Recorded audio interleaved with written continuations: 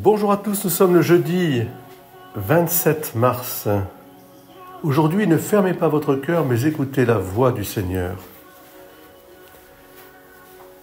Le mystère de l'Annonciation est un mystère d'écoute, d'accueil. En cette troisième semaine, nous sommes invités à écouter la parole de Dieu, à ne pas fermer notre cœur. Le premier qui a écouté et qui n'a pas fermé son cœur, c'est Dieu lui-même. Ce Dieu famille, ce Dieu amour, Père, Fils et Saint-Esprit. Il a écouté le cri du pauvre et du malheureux. Il s'est souvenu depuis Adam et Ève de la tragédie du péché et il a répondu à cet appel.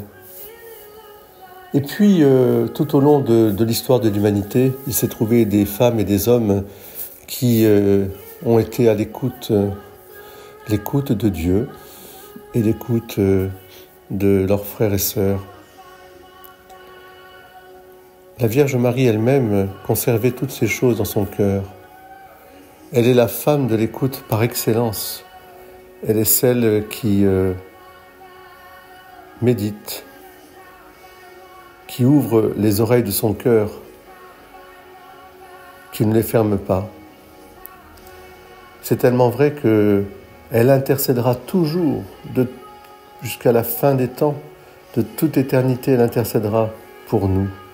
Elle est la mère de miséricorde. Elle est celle qui donne vie et force à l'espérance des pèlerins que nous sommes.